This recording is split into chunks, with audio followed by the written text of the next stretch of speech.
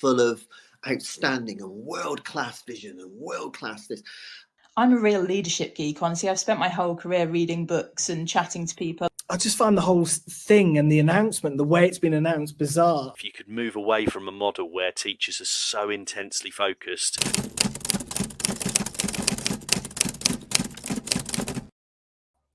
Well, good evening and welcome to tonight's Education Tonight as a live stream here with the team from Teachers Talk Radio. Hi, Brent. How are you?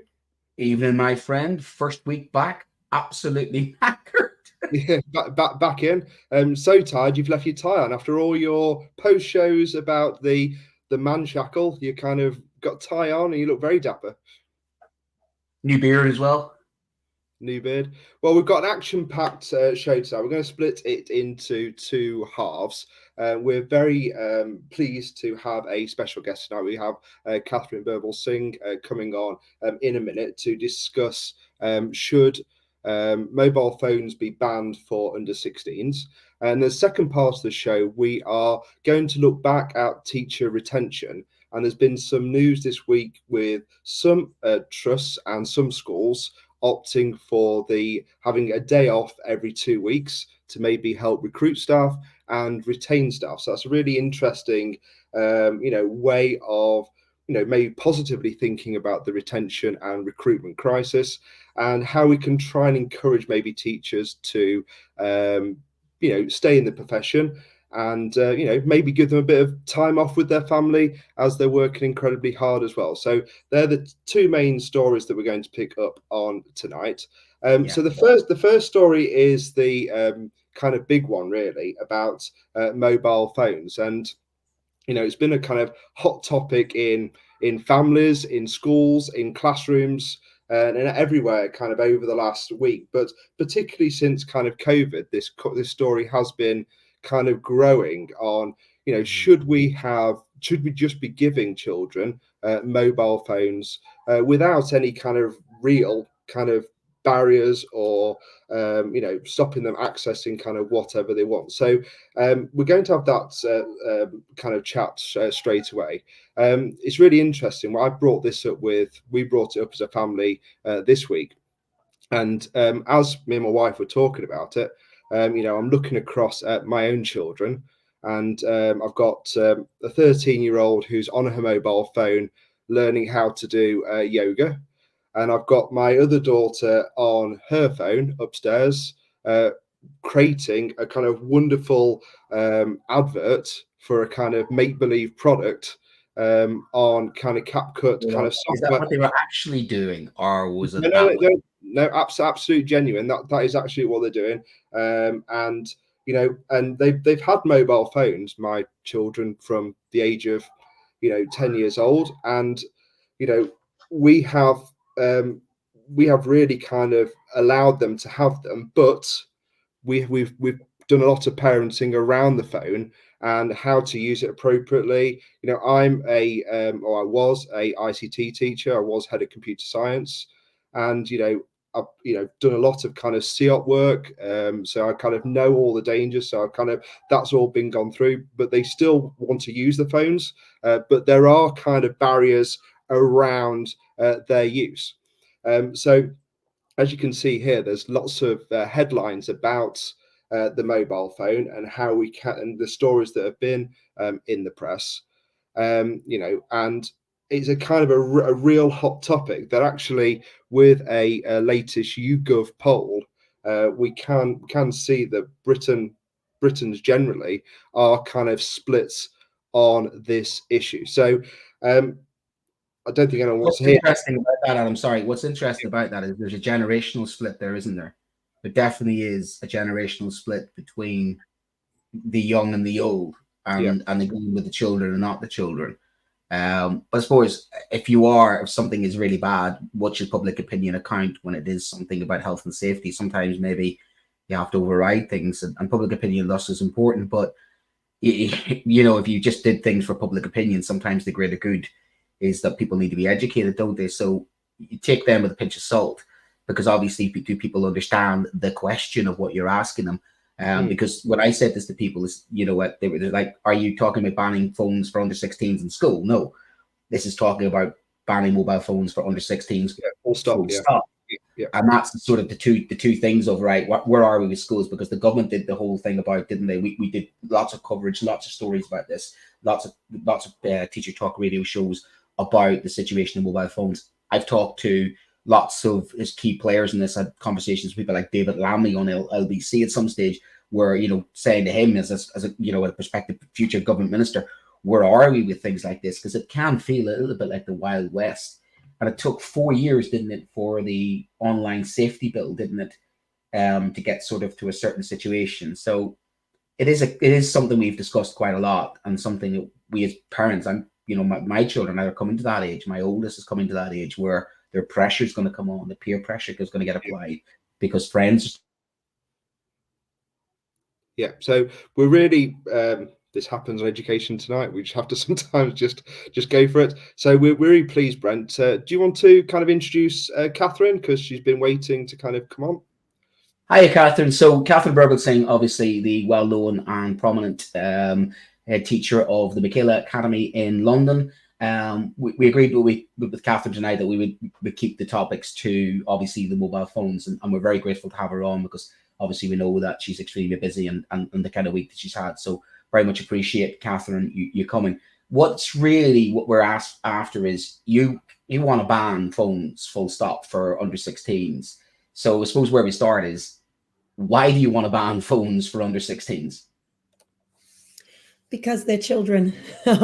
So I think smoking should be banned, and alcohol, and driving, and sex, and marriage, and all kinds of things, really. Children should be banned from doing, because they're not mature enough to be able to regulate these things for themselves. And to be honest, I mean, even for some adults, it might be necessary. But I think adults ought to have the freedom to make the choice of what they're doing. And then, and then some people need support to get to the gym more regularly, because otherwise they just eat tons of chocolate.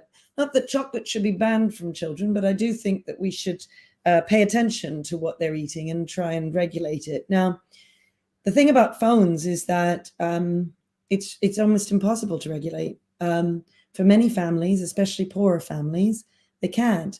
They've got 4 or 5 children at home. They're off working 2 jobs. They're not there. The children are out, perhaps they leave school at 3:30, but they're actually wandering around for the next 3 hours and they don't get home.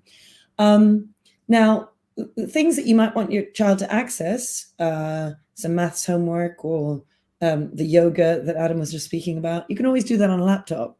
And you can do that on a laptop while the parent is supervising. And when I say supervising, you don't need to be right over them, but you could be making dinner and your child could be on the kitchen table and you could just keep an eye out and you can see it.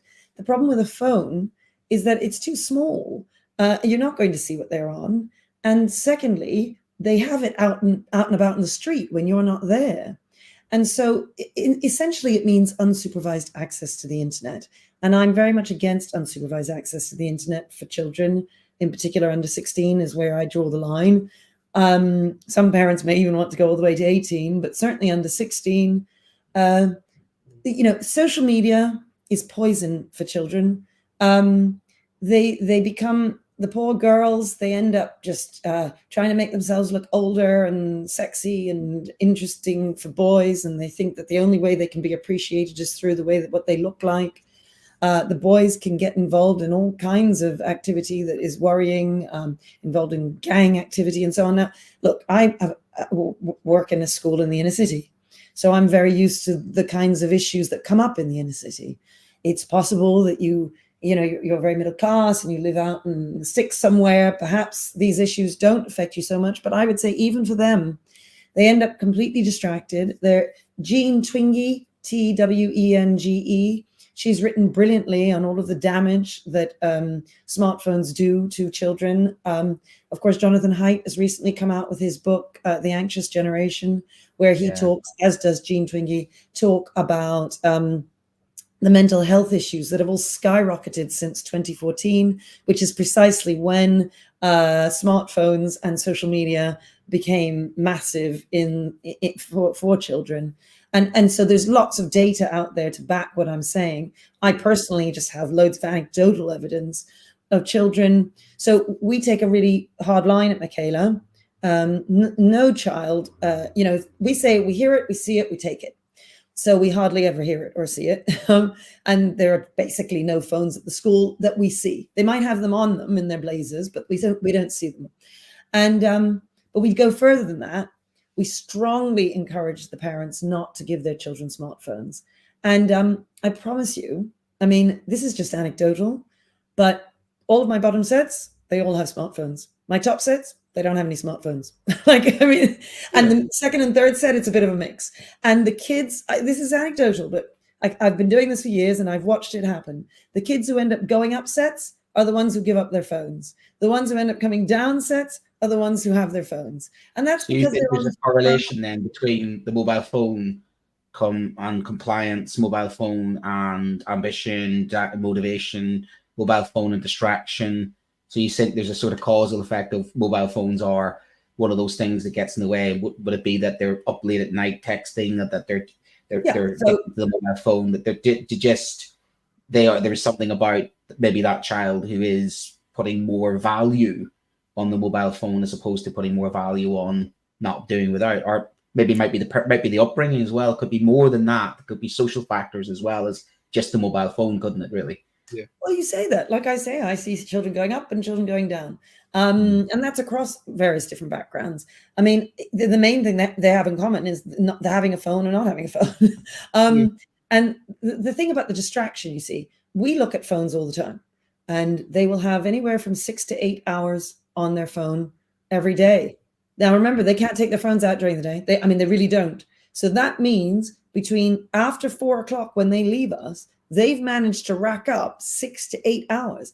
And I often wonder how this is possible, because we also give a lot of homework, and they get the homework done because it's 100% compliance on that, because we're the strictest school in Britain and all that, and they all do their homework. So because there's a centralized system for detentions, it's not that some teachers might say it's okay, you haven't done your homework. There's just no such thing. There's a set homework timetable that absolutely everyone follows, and I guarantee you everyone's doing their homework. So the thing is, they're somehow doing that, and they're on the phone for 6 to 8 hours. I'm like, how do they have the time? I just don't know where they get the time from. Probably listening to music while they're doing their homework, Yes. So I do think they have the phone on at the same time. That's interrupting their homework. They're not obviously learning as much.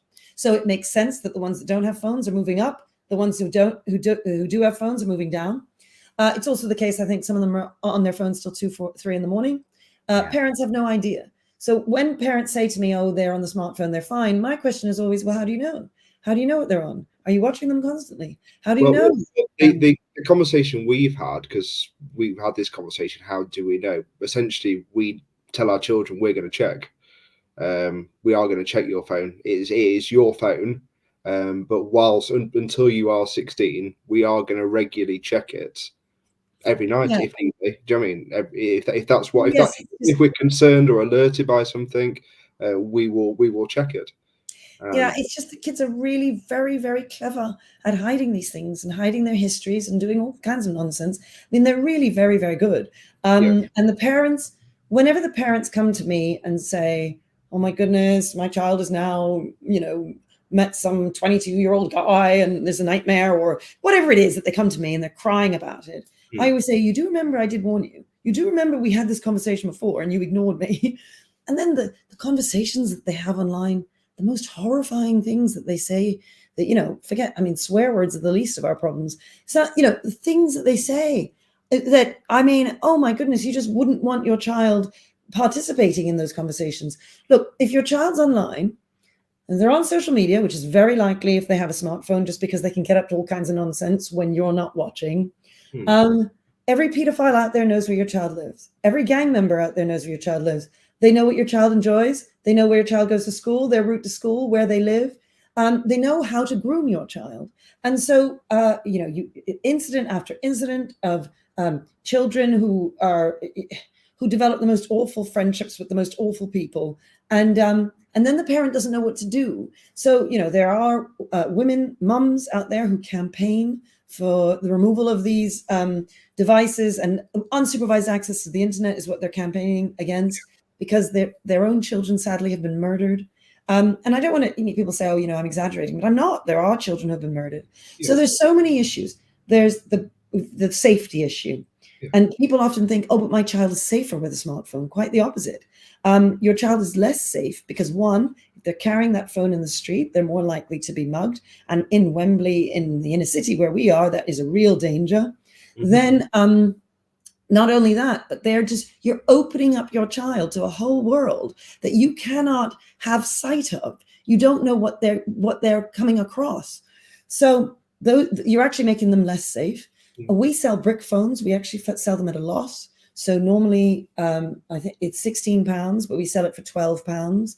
And I explain. So that answers that question of safety. Then that's sort of like, because I've made that statement to kids all the time when they go, I need my phone for safety. And I'm like, yes. Well, actually, you can go to a local shop and get a 10 quid phone, which texts and phones. Yeah. So, and that's why I always make the distinction. It's not phones we're against. Yeah. It's actually really what a smartphone is a mobile computer. It's all the things that it's a lovely image of everything in the 1980s that is in a smartphone on a big giant desk, a recording device, a video recorder, computer games console, a computer, a spreadsheet. And some of those, like calculator, some of those are valuable, and some of those are actually quite useful. So the brick phone is really, it gives you all the conveniences that a parent needs. You can ring your child, you can text your child. It takes care of the safety issue. Nobody's going to steal a brick phone. So, like they're not stopping you in the street and trying to mug you. And you can say, well, here's my brick phone. My mom's just... You could also lob it at somebody as well as a defensive weapon, couldn't you? Yeah, no, indeed. So, he's advocating that, Brent. I'm great. That's how you get round that one. And then the thing is that, honestly, so I also have so many stories, I can't tell you, of parents who have not listened to me, who've given their child the phone, and then they take the phone away. So let's say the child has had the phone for a year or two, or even 3 years. The parent then takes their phone away because they see the deterioration in their child. They see how they become ruder, less willing to do their homework. They become miserable. They stop suffering from mental health issues, etc. The parent then takes the phone away, and what every parent says that does this, every parent, they say to me, I've got my boy back. He's back to his lovely, innocent little self who he used to be when he was 10. And isn't it wonderful? Children have access to smartphones. They get involved with criminal activity. I could go on the list of pedophiles who have access to them that I have had situations I've had to deal with myself. Parents don't necessarily realize the dangers that they're opening their children up to when the access to internet is unsupervised. I would argue the same thing would happen with a laptop if you're not keeping supervision on the laptop. The worst thing you can do is say to your child, off you go to your bedroom, you do what you like, here's your laptop, here's your smartphone. Yeah. So we're not anti-tech here in any way here. We're just saying about the supervision. That's the key bit for you. What do you want to actually get from the government on this? Have you spoke to them? Yeah. That's really good. So well, I for years now I've been campaigning about this sort of thing, and I've been trying really hard to get someone to pay a notice. And actually, I'm so thrilled because suddenly now people are talking about this. And the reason why I would like government to ban smartphones and social media for under 16s is because the biggest problem that we all have in trying to get children off their phones is the fear of missing out. Yeah. If phones are the way in which children make friends, keep their friends, make their plans, have their social lives, well, of course, they don't want to give up their phone. So one way, we have a digital detox system. And what we do is with our form groups, the class group, the form tutor will try and get the kind of key kids, the ringleaders, to give up their phone for a couple of nights. And then once they've given their phones, the others go, oh, well, if he's given his phone, I'll give him my phone. And then a bunch of them give their phones in and they're without their phone for a night or two. And that's a real success, So, and we see the pressure they're under, the social pressure they're under to keep their phones. Now, if government were to ban it for everyone, then it wouldn't exist. No one would have a phone. They'd have to go back to making old-fashioned plans with each other. They're out and about on the street, meeting and playing and so on. Exactly the sort of thing that Jonathan Haidt says is crucial for children's development and for the happiness. Mental health issues have exploded. And I put that down almost entirely, really, to the unsupervised access to the internet. Yeah. Were you disappointed? Were you disappointed last year when the government kind of started talking about mobile phones, and then it kind of released to the press they were kind of dealing with it? But I know in schools we kind of thought, this is kind of what we're doing anyway. There isn't kind of really any change. There's a big hoo-ha around phones. Then kind of you actually looked at the words, and it kind of wasn't any different to what most schools have in policies anyway. And what I would add to that, I do think it's important to talk about what actually goes on in schools. So what I mean by that is policies might say you're not allowed phones, but the reality can sometimes be that children have their phones out in lessons and nobody really says anything, or they have their earphones on and they're listening to music and people turn a blind eye. So obviously different schools are different. Some have very strict policies, some sort of have a policy but don't do anything about it. And then we mustn't ignore the schools that think that smartphones are a great learning tool and that they want them out in lessons and they think this is a good thing.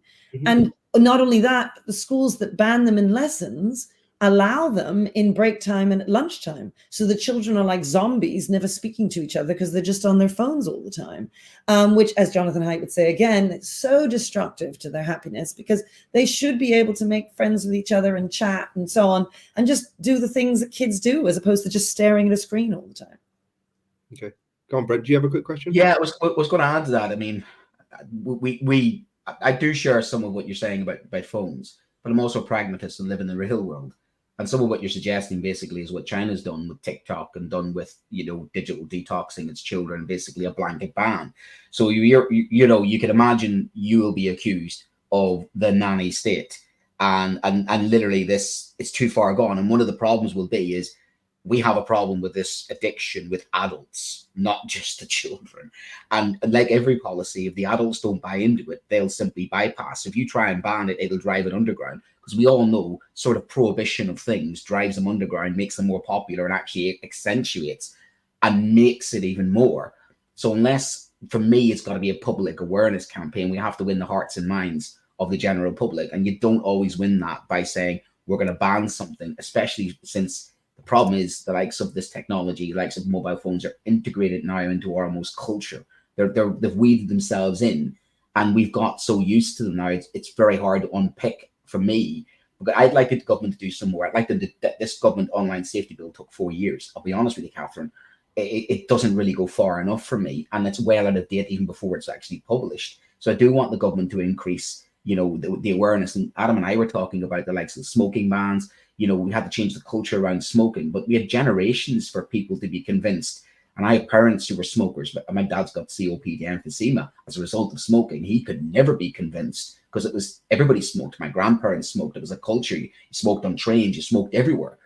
And that's the problem, is I equate this to like smoking. You had to take a situation where there had to be an acceptance that this is dangerous. And I don't think there is, apart from a couple of psychologists. And you're right about the social psychologist, Haidt, isn't it? But we aren't there yet, I think, with all the evidence. And that's the problem, is I don't think we will convince people yet because it hasn't reached that critical mass. Do you think a ban is practical? And can we do a ban with all of that? Or are we aiming for a ban so they do something at least? Yeah. I mean, you make some good points. You definitely need to have a social awareness campaign. I would suggest all your listeners read Jonathan Haidt's book, The Anxious Generation, and this woman, Jean Twenge, Twenge, forget the name of her book, but she's very good as well. And she's written lots of articles and things. And it might persuade people. When you look at the data, it's very, it's hard not to be persuaded. I would say, however, it's interesting you say smoking. I remember the days, I'm old enough to remember the days when smoking was allowed. We are old enough to remember the days. We've got filters on. And I remember when they banned it, I just thought, well, this is a bit silly, it won't make any difference.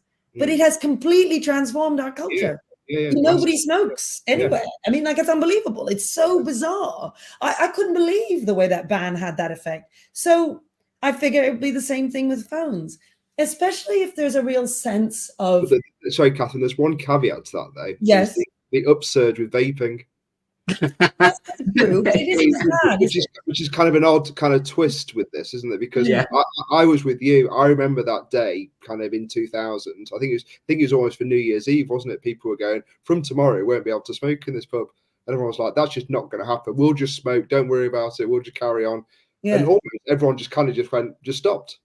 And Exactly. it was remarkable. But, almost 20 years on, we've got this bizarre problem now where our young generation have just kind of picked up on a kind of new habit. So it's true, but it's not as bad. And, maybe it would mean they would go on the laptop more. I mean, I'm always trying to encourage children these days to watch more television. I can't believe I'm doing that, because in the old days, television was bad. But nowadays, I'm just thinking... See, the thing is, we were always told, and we're old enough to be told, that Freddy Krueger movies are going to turn us violent. Rock music was going to turn, and punk was going to turn us into. And we've always had, every generation always has a sort of poison, doesn't it? In the sort of, it was TV, when we were growing up, wasn't it? And then it was computer games. I remember when I started teaching about 20 years ago, we were worried about the computer games. And it does feel like this is the latest thing, isn't it? That there's always something, isn't there? So it is ironic that you're saying, you want to encourage children to watch television, because a generation previously would have said, this television's rotting their brains, isn't it? Well, but I think the television did do that. I mean, I think the television isn't as bad as TikTok.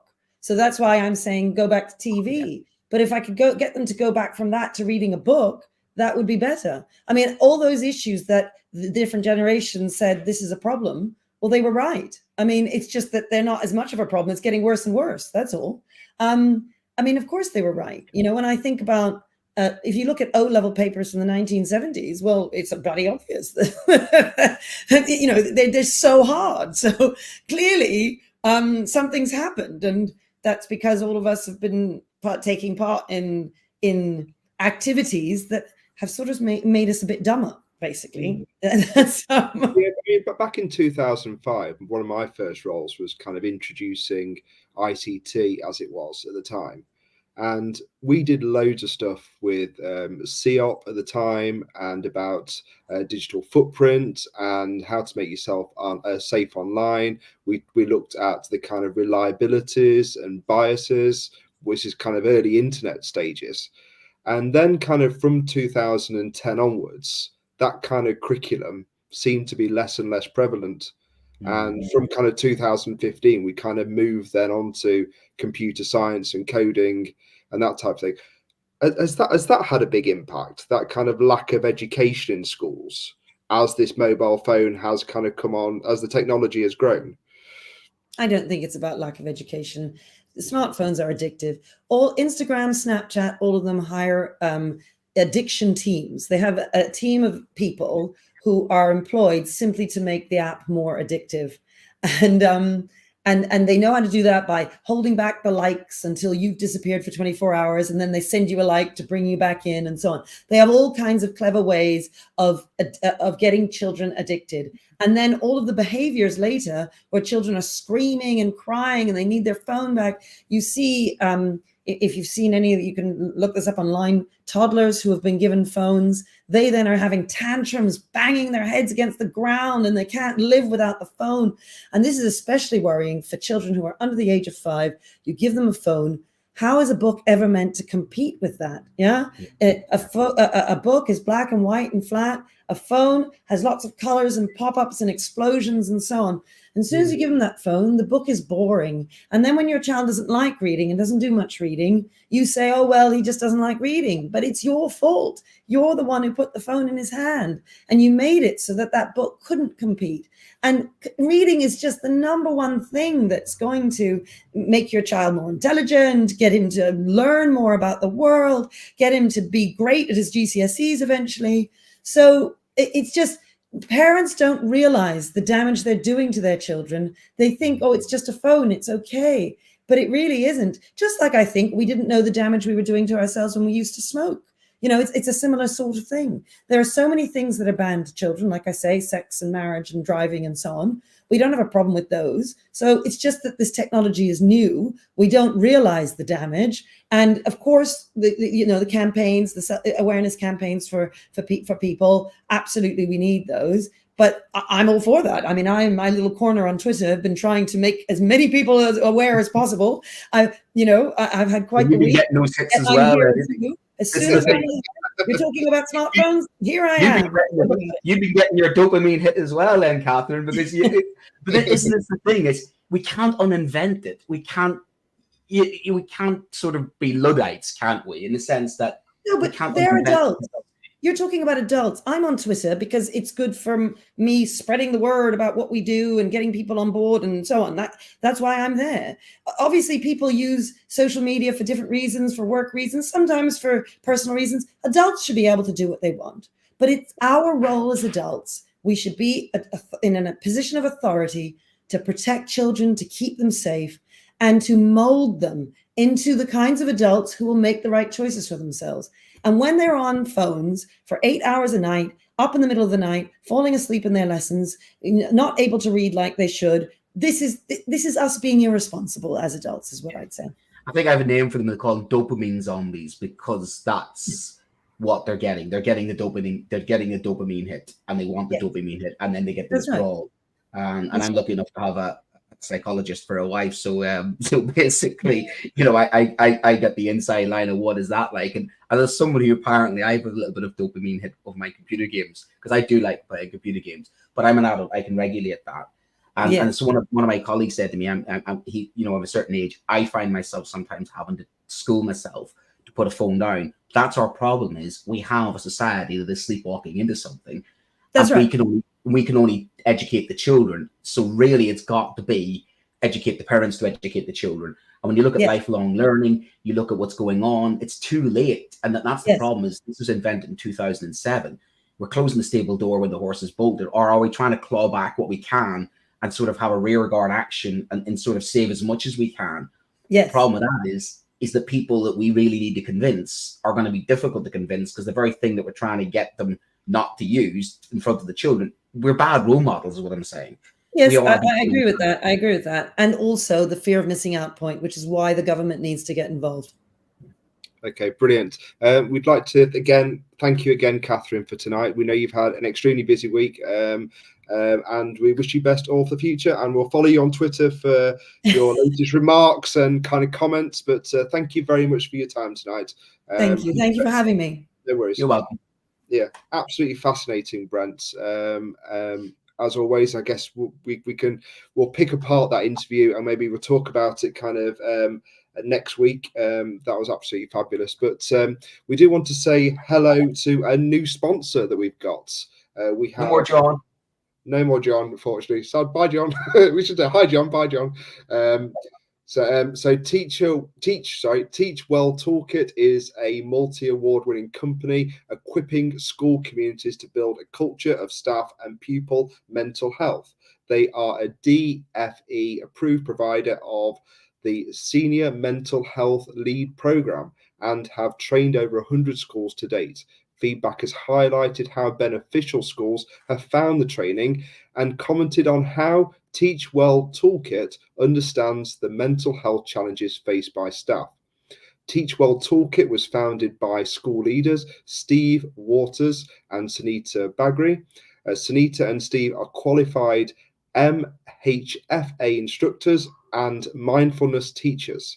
They have an impressive portfolio of skills to support school staff, including counselling, coaching, supervision, and mediation. By signing up to Teach Well Toolkit Senior Mental Health Lead Training, you will have access to fully resourced, unique program which will support you every step of the way in your role as a senior mental health lead in your school. And that is something I'm definitely going to be looking at because as it'll lead into our second story tonight, the mental health of staff has been, is very serious sometimes. And, we all could do with kind of looking after ourselves, especially if we see a colleague in need. And it has happened to me on a number of occasions where I've kind of, without any kind of training, had to kind of, speak to a colleague. And I'd love to kind of get some extra support on that. So it's definitely something kind of I'm going to look up. So the second story tonight, Brent, has been something that has kind of been bubbling away for a while around should teachers have a extra day off every so often to try and support the teacher recruitment and retention crisis. So what are your thoughts on this? This is kind of, some schools have actually gone ahead and done it, which is fantastic. Well, fair play to them. About time, because our job is too rigid. We're a 20th century occupation in a 21st century world. You know, I'm missing out on so many things with my own children. You know, I get very envious of some of the other dads that can watch their kids do their sports day, and there I am in a classroom. The inflexibility of our job is just, it's out of date. You know, when you have those people working from home now, doing flexi time, teaching is archaic in that sense, and it's what we get some other benefits. Don't get me wrong, we have the amount of holidays that we get. And let's be honest, we don't get as many holidays as people think, because we use some of that holiday time, like I did last week, to do intervention sessions and planning and preparation. Sometimes we use that holidays to do marking or the markings or our CPD, or, you know, we're not off when people think we're off. And we all know that our work patterns are, you know, quite intensive in order to earn that little bit of a break that we get sometimes. But that's the thing, is that we need to look at how the profession needs to evolve. And I think one of the ways the profession needs to evolve is to standardize itself with other professions and industry. And here's the irony, of course, they want to make education practically privatized and have us multi-academy trusts and be all this, you know, corporate. Well, be corporate then, because if you want to be corporate, then embrace the corporate world. And that means Nope. The tie's off. Get rid of that for start. You know what I'm saying? It's we are not being looked after as a profession. Let's be honest. And I think anything we could do to look after, to stop the burnout rate, stop the fatigue rate. We regularly feature on the most second or third most stressed out professions, and that is leading to the likes of the burnouts. Now, some might say, you know, that's inefficient. You know, giving teachers, you can imagine how it's going to play in certain media. Teachers getting a day off every 2 weeks will be then interpreted as, do they not get enough time off? What about every time I see somebody in local press going, teachers having another inset day, they think we go to Honolulu and they think we go off and get absolutely hammered, or have some sort of away day, paintballing day when we have inset days. They don't understand that inset days are designated and that we're doing in-service training days, and that frankly, sometimes many of us would rather not be doing an inset day. No disrespect to any inset trainers out there, but that's what we get sometimes. Of like, you can imagine how that's going to be perceived by those that want to criticize our profession and saying, well, teachers getting an extra day off. I would say a lot of us would probably use that extra day off to probably do the things like get caught up on admin, like get caught up on marking, and that would buy you your weekend back, because that's the type of stuff I end up doing on a Sunday afternoon instead of spending time with my children and wife sometimes. Yeah, but I mean, interestingly, this also kind of coincides with a report earlier on in the week about that evidence suggests that multi-academy trusts have higher secondary level teacher turnover than local authority schools. Are these kind of interlinked stories, you think? Is this kind of a pattern where there's multi-academy trusts are kind of potentially burning staff out quicker, easier, harder? I don't know kind of what the right phrase is for this, but it seems to suggest that it's particularly acute, the evidence in the larger mats. So why would that be, do you think? What's the kind of link there? Do I want to work for an organization or a corporation or a business? No. Yeah. I went into education. I went into education not to be working for an organization or working for a faceless organization. I take pride in the fact that I work in a smaller school where I know everybody. I feel part of a community. I put down roots in that community. It's my community. It's my school. They're my colleagues. I feel a part of something. I feel connected to it. I feel connected to the families of the children who sometimes I've taught 2 generations now. You know, organizations that are corporate or have fakery, let's be honest with you, because there's a lot of that coming in now, you know, fake uniforms and branding and all that kind of stuff. And we've seen practices. In fact, we've seen practices that we not, when new head comes in and a new mantra comes in, a new ownership comes in, and they clean house, so to speak, don't they? They come in and they go, if you're not with us, you're against us. And I think a couple of years ago, I'd seen so many schools in my community, my area, where there was a kind of new head comes in, and there's an element of, if you don't buy into our way of doing things, there's the door.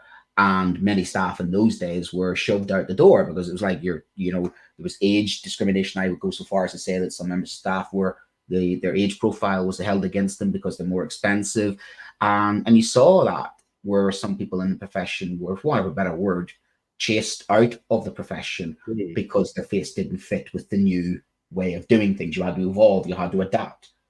Whereas in the old school, under, say, local authority control, you were accepted for who you are. I think there's a lot of people who made the choice to leave an organization whose values may not have matched the values that you had in that existing school. A bit like, for instance, a new football manager takes over a team and they play different tactics and thing, you may transfer to a different football team. I think that may explain some of it, but I think some of it's also to do with the way education has become more privatized. Yeah, I just think it's fascinating, the kind of the stuff on the table now that was never even kind of thought of, 10 years ago. Like, I don't think particularly people were discussing having days off, in term time. So it was almost expected as you started that during term time that is your hours. So I think it's just fascinating now that maybe the crisis has got so bad that ironically there's kind of the market forces that are driving the change. There just aren't enough teachers. Just for balance, it's important to say the Department of Education has said about this report that, as the report highlights, there are also positive drivers for teacher turnover. Many teachers leave their current roles due to promotion and move between schools within the same trust. And they also say that we have more teachers than ever before, with 468,000 teachers in the workforce, a 27,000 increase on 2010. But it's just interesting, kind of that I never thought that when I went into teaching that would be on the table, really. So is it now get to that point where people are seriously looking properly at kind of HR issues, like HR managers would, and really thinking about how could we be more flexible? What is it we really need to do to retain the very best staff in our organisation? Yeah, because we're not an infinite resource any longer, and I think a few years back there was that perception of there would always be a supply of teachers coming in. It's demand and supply. You're right about market forces. You cannot treat the profession the way the profession's been treated, and that goes to the government. And you cannot treat us the way, this cause and effect, you cannot treat the profession the way it's been treated. It's parallel to the NHS. It's so parallel to what's been happening in other sectors of the public sector. And that is just basically how people have been treated. When you feel valued, when you feel respected, when you feel looked after, you actually contribute more. This is like the Industrial Revolution with the factory owners during the Industrial Revolution who had higher productivity. We're the Titus Salts of this world. The Bourneville family that proved that if you looked after your workers, built them a nice model village, nourished them and looked after their well-being, those actual industrialists ended up doing better because they didn't see their workforce as expendable. They didn't see their workforce as some conveyor belt to be taken advantage of and exploited or talked down to, worked with.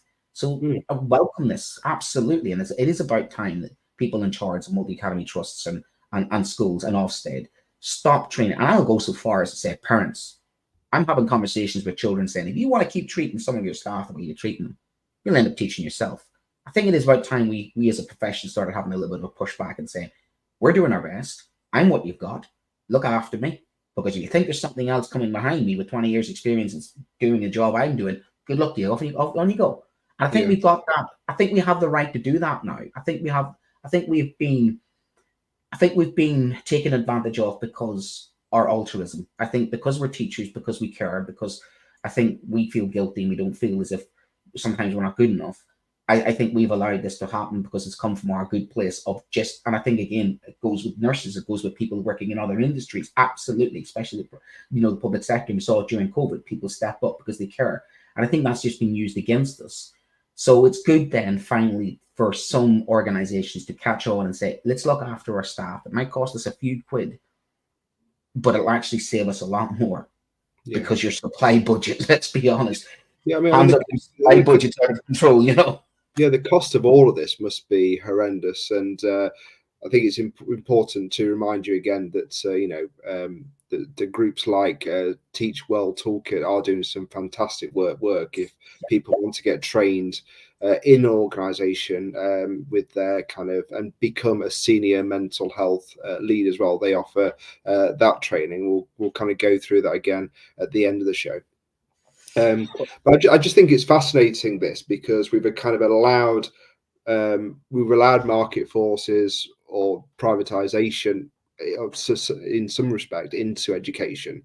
The private sector has come in, and therefore, like any kind of private organization, in any company, they would be seriously looking at a whole plethora of HR resourcing to make sure their staff are the best that they can be. That is their most expensive resource, and it's potentially their biggest resource in terms of them driving the progress of that organization. What hurts me about this is we're getting the worst of both worlds. Okay, be corporate. Corporations in the 21st century have caught on to how you treat your workforce. You know what I mean? Yeah. I have friends of mine who work for organizations who give them time off. I'll give you an example. When my first child was born, the maternity that I was given was absolutely disgraceful. As a father. How much do you have? 2 weeks. My wife was some of that non-paid as well? I'm going to be careful because I don't want to get upset about it. Yeah. But as a new father, the time I need money and the time I need time. Your wife had major surgery. You have a C-section, and then you just know that's 6 weeks recovery period. And you have people in industry with very bosses going, yeah, you take all the time you need. Yeah, you have 6 months of teaching. We're the only profession sometimes we actually end up, it's more hassle to be ill than it is not to be ill, because you try and plan it. I mean, it's bonkers, the expectations upon teaching. It's unsustainable. It's just not fair. And the constant guilt tripping. Kids don't do well. Our fault. It's not my fault when kids don't pass their exams, is it? We're 0.4% of their exam core. We're just constantly sick and tired of getting nothing back in return. No paying conditions. We are 20th century. And yet people still, you've got your pension. You have to stay in the profession long enough to get the profession.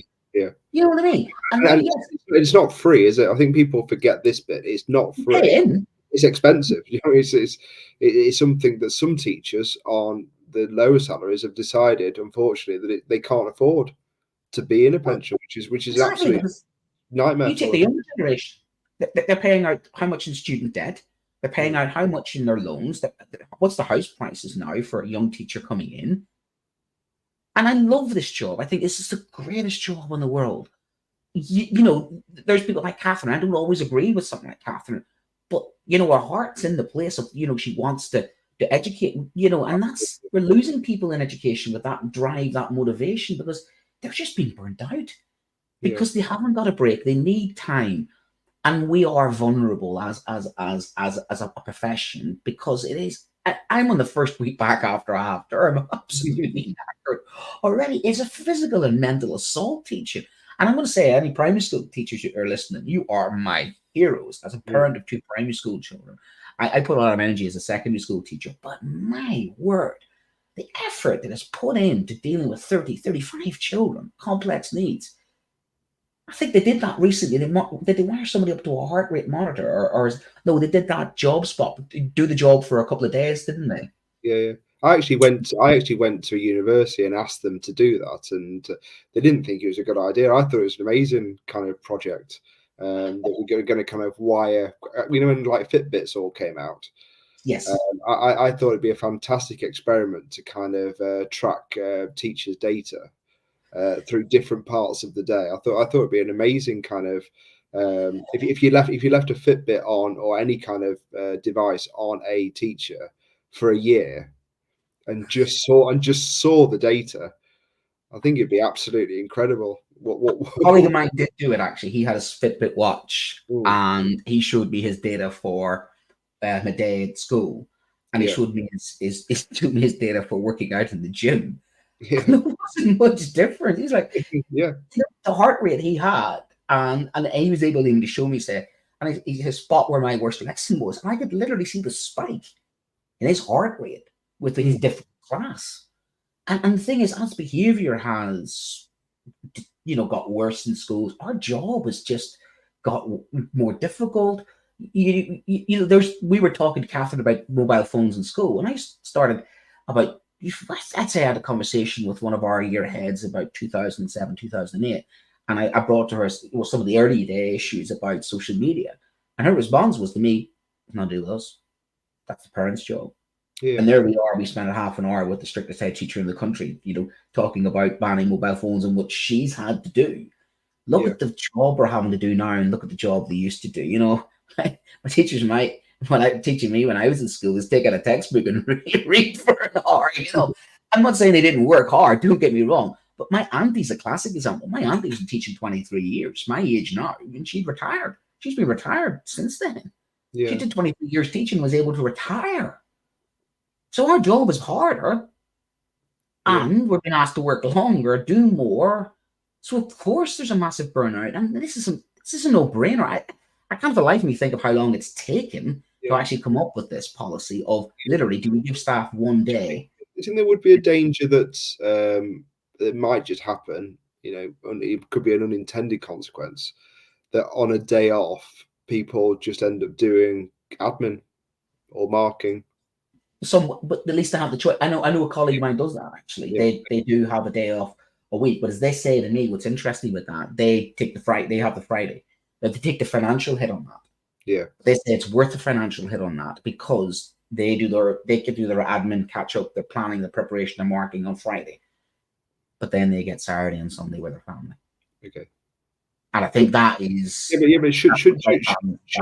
should they be doing that? I mean, or that's the thing, that person has obviously decided to take a financial hit for doing that.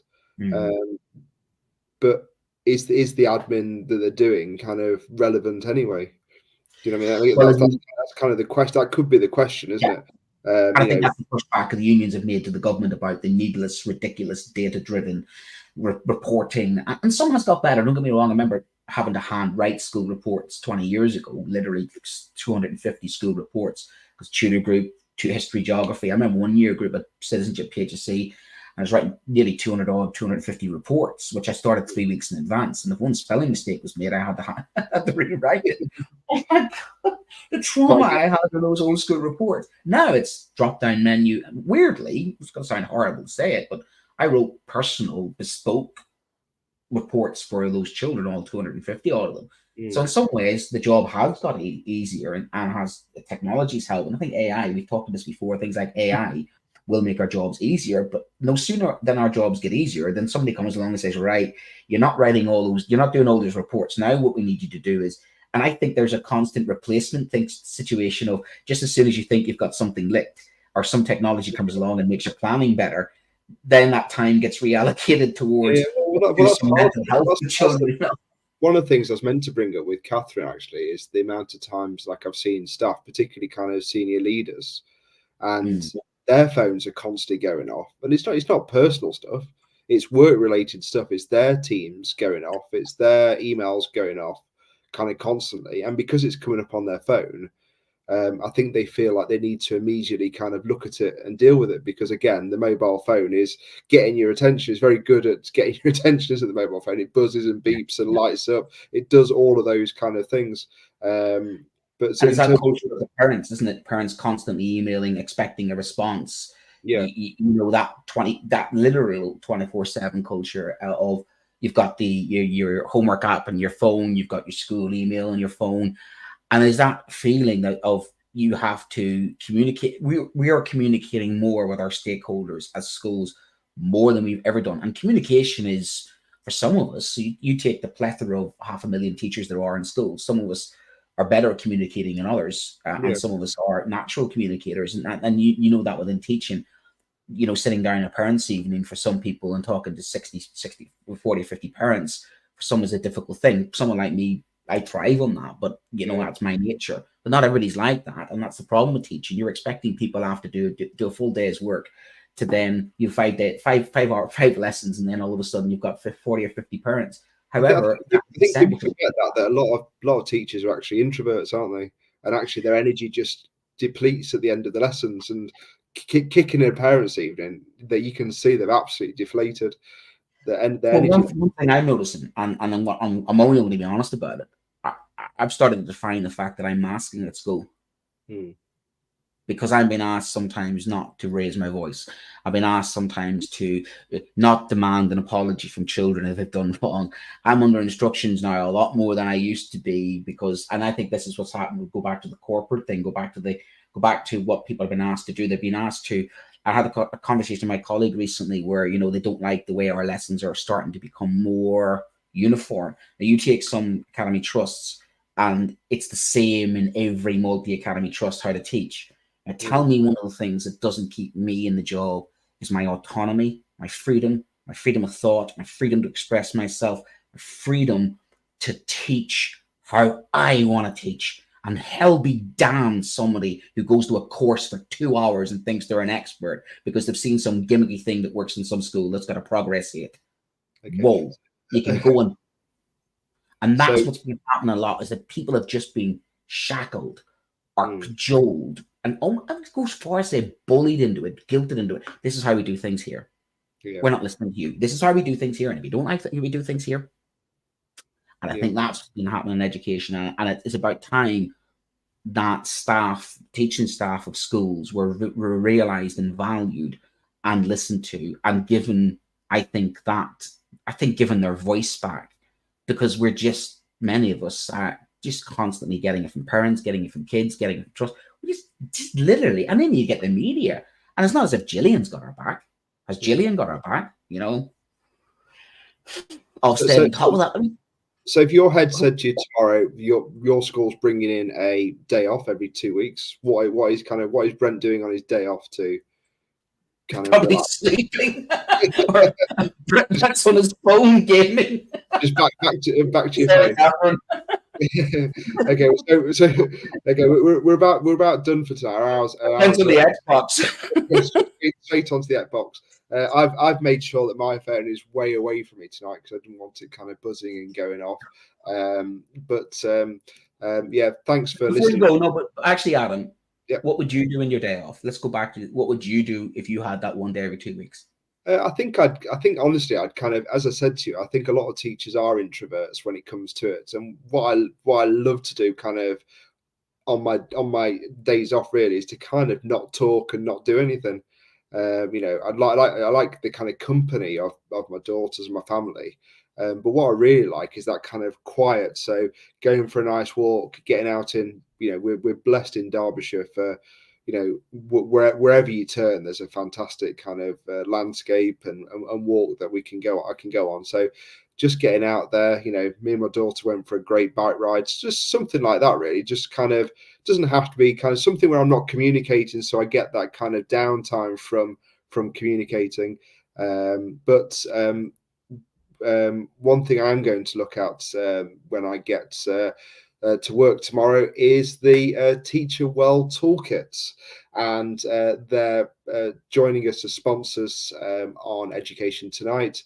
And Teach Well Toolkit is a multi-award-winning company equipping school communities to build a culture of staff and pupil mental health. They are a DFE-approved provider of the Senior Mental Health Lead Program and have trained over 100 schools to date. Feedback has highlighted how beneficial schools have found the training and commented on how Teach Well Toolkit understands the mental health challenges faced by staff. Teach Well Toolkit was founded by school leaders Steve Walters and Sunita Bagri. Sunita and Steve are qualified MHFA instructors and mindfulness teachers. They have an impressive portfolio of skills to support school staff, including counselling, coaching, supervision, and mediation. By signing up to Teach Well Toolkit's Senior Mental Health Lead Training, you will have access to a fully resourced, unique program which will support you every step of the way in your role as senior mental health lead in your school. And as always, if you are interested in being a Teacher Talk Radio host, you can have a look at you can scan the code there, the QR code. Unfortunately, you got to get your mobile phone out for that. Sorry, but you can scan the code for that, Teachers Talk Radio, and you can join the roster of the hosts that presents pretty much on a kind of daily basis now, and kind of there's always something kind of going on, whether it be on a podcast, on a YouTube stream like this, or on X Spaces. So please follow the guys on Twitter to find more information or visit the websites. So we're pretty much done for this week, Brent. Next week, we're going to look at the VAT plans, the practicality of these potential coming up to the season that will be obviously the general election. We're going to have lots of promises made towards education, and one that seems to keep coming up is the Labour plan to VAT the private schools. So we're going to try and get a proponent for one side and the other side, and we'll try and see if we set up a debate on that. Obviously, I've got my views on it, but equally, I'm sure you'll formulate your views. Let's keep our powder dry. It can be surprising sometimes. People are nuanced and sometimes quite contradictory, aren't we, as individuals? So we're going to set up that debate for the VAT in schools, and obviously there'll be other stories that will come up that we'll react to.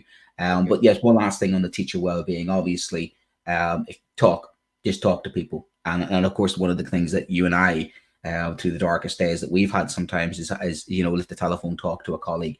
When I did a survey recently of my own colleagues, and I said, where do you get support from?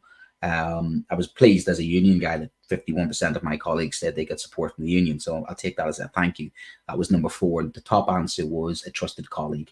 And I think we can never get through our job unless we talk to each other, help each other, and look after each other, and all different points of view aside. Anybody who works in education is doing a good job, because it's a difficult job as it is. So let's support each other, look after people's mental health and well-being. And if you see somebody flagging, just make them a cup of tea. There's nothing better than when you were feeling low in that staff room and somebody comes in and spots that, just makes you a cup of tea and just lets you know that you're all right. And we all need to do that a little bit more as well. And obviously our teacher well-being and toolkit could be part of that. And listen back to that launch of that as well. Tom Rogers did a brilliant launch with that, which was, I took a couple of good shows of that. You can never have enough well-being. You can't overload on something like well-being, because it's such good stuff that more well-being is better, isn't it? So okay, fantastic. Great points, Brent, and we'll see you at 8 p.m. tomorrow. Next day off. Okay, thank you very much for your time, and thank you very much for the comments that have come in. See you next week. Full of outstanding and world-class vision and world-class this. I'm a real leadership geek, honestly. I've spent my whole career reading books and chatting to people. I just find the whole thing and the announcement, the way it's been announced, bizarre. If you could move away from a model where teachers are so intensely focused